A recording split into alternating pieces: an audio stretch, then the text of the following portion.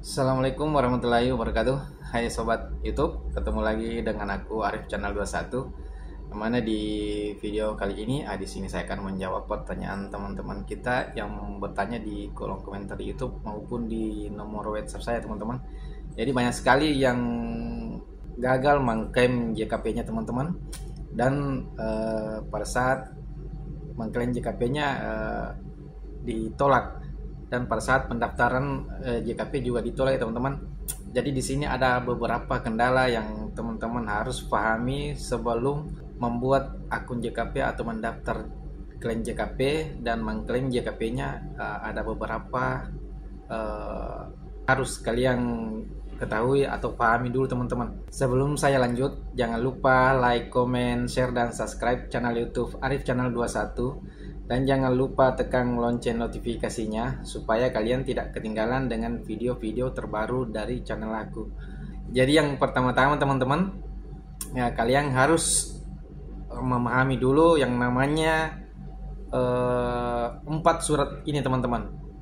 Yang pertama itu surat pemutusan hubungan kerja dari perusahaan, surat laporan pemutusan kerja dari Disnaker, surat tidak keberatan ter-PHK, dan yang satu lagi teman-teman, tanda terima laporan PHK. Jadi keempat surat ini teman-teman harus mengetahuinya ya, karena banyak sekali teman-teman yang mengalami kendala keempat surat ini.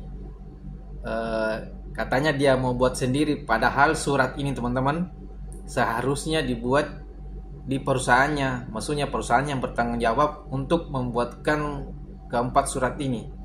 Karena di keempat surat ini harus sama-sama semua ya teman-teman. Jadi yang pertama itu pemberitahuan pemutusan hubungan kerja. Jadi surat pemberitahuan hubungan pemutusan kerja ini dibuat oleh perusahaan tempat kita bekerja. Jadi tanggal dan nomor surat pemutusan hubungan kerja dari perusahaan ini, yaitu nomornya harus sama dengan surat laporan pemutusan kerja dari Disnaker teman-teman. Jadi ini kalian harus paham ya. Yang kedua itu surat tanggapan tidak menolak ter-PHK.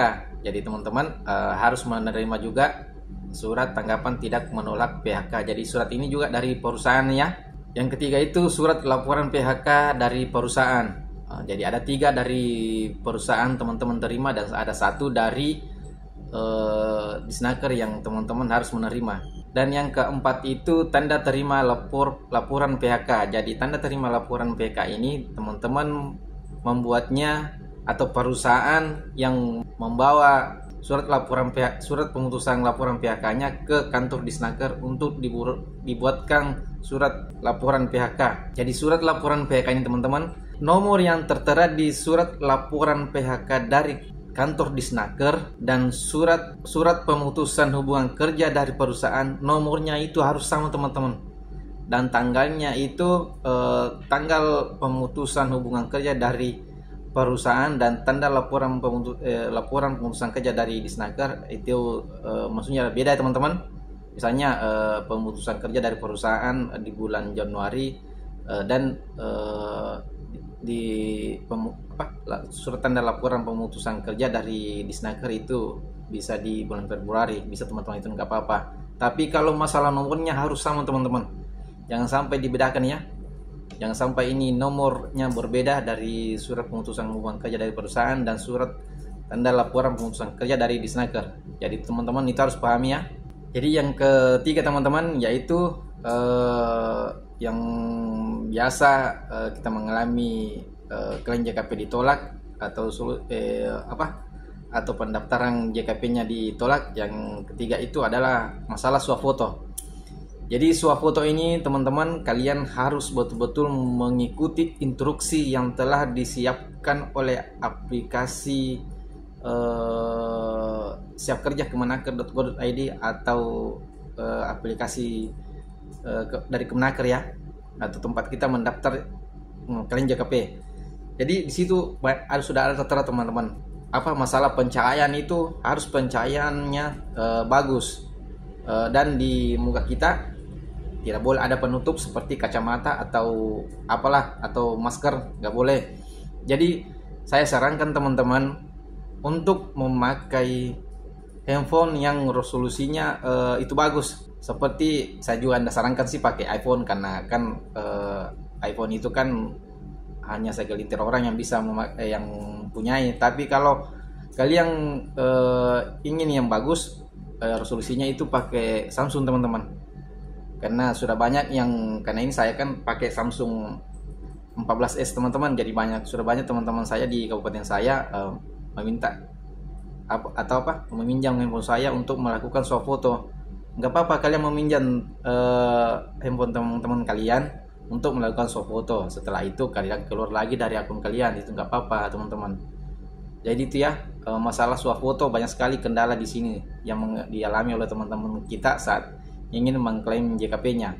Jadi teman-teman saya sarankan memakai handphone yang resolusinya bagus, dan saya sarankan pakai Samsung sih.